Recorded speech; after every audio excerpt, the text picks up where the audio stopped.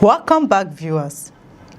A planned mass adoption operation by suspected Boko Haram and ISWAP terrorists has been stopped in Borno State after Nigerian troops responded quickly and rescued 31 travelers who were reportedly captured along a major road in the state. The operation has once again highlighted the continuing battle between security forces and insurgent groups attempting to maintain their presence in parts of the northeast. The incident happened along el-rufai Road in Boko local government area of Borno State, an area that has witnessed repeated attacks by terrorist groups seeking to target civilians, travelers, and communities. According to reports, the attackers attempted to abduct passengers traveling in 4 vehicles before troops moved in to stop the operation. The major question now is how security forces were able to intercept the attack and what this latest incident reveals about the ongoing security challenges in the region. While the rescue operation represents a success for the military, the attempted adoption also shows that terrorist groups continue to search for opportunities to attack vulnerable civilians. According to security reports, troops of Operation Handicap detected suspicious movements in the area on Thursday, July 31, 2026. The troops from the 135 Special Forces Battalion, stationed at Eko-1, Dusenkura, reportedly noticed unusual activities through a closed-circuit television surveillance system monitoring the area.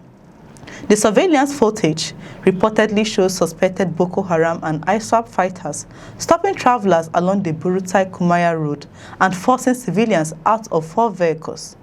The attackers were allegedly attempting to move the victims away from the road when the military response was activated. Following the alert, troops immediately deployed a quick reaction force to pursue the terrorists and rescue the civilians. The soldiers moved towards the Mangarai Dora axis, where they reportedly engaged the insurgents in a gun battle. Faced with the military response, the terrorists abandoned the adopted victims and the vehicles before escaping into nearby bush areas. The quick intervention prevented what could have become another major mass kidnapping incident in Borno State. The operation resulted in the rescue of 31 travelers, including 22 men, 5 women, and 4 children. Security sources said no casualties were recorded among the rescued civilians or the troops involved in the operation. The soldiers also recovered the 4 vehicles that had been seized during the attack. A motorcycle believed to have been abandoned by the fleeing terrorists was also recovered during the operation. After successfully rescuing the victims, troops continued security operations around the area in an attempt to locate the fleeing attackers. However, further contact with the insurgents was not established after the initial confrontation. The rescued travelers were later escorted to Burutai along with their vehicles and personal belongings. They were reunited and allowed to continue their journey after the military confirmed that they were safe. The successful rescue operation comes amid continued efforts by Nigerian security forces to reduce terrorist activities across Borno and other parts of the northeast. For more than a decade, Boko Haram and ISWAP have carried out attacks targeting civilians, security personnel, communities, and travelers. The 2 groups have relied on tactics including ambushes, kidnappings, attacks on villages, and roadside operations to create fear and disrupt movements across affected areas. Although military operations have weakened their capabilities in several locations, isolated attacks continue to occur. Security experts have repeatedly argued that intelligence gathering remains one of the most important tools in combating insurgency. In this latest operation, surveillance technology reportedly played a major role by allowing troops to detect suspicious activity before the attackers could complete their operation. The incident also highlights the importance of rapid military response in areas where terrorist groups attempt to exploit difficult terrain and limited security presence.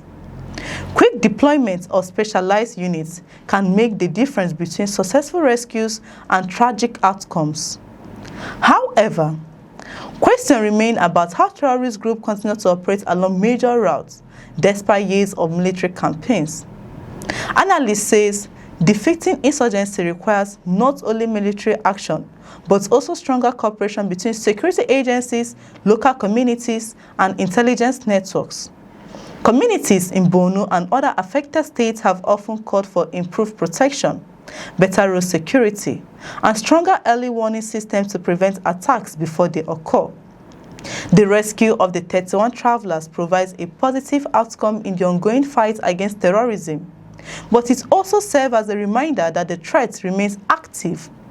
Security forces will need to maintain pressure on terrorist groups while improving intelligence and protecting civilians who continue to travel through vulnerable areas.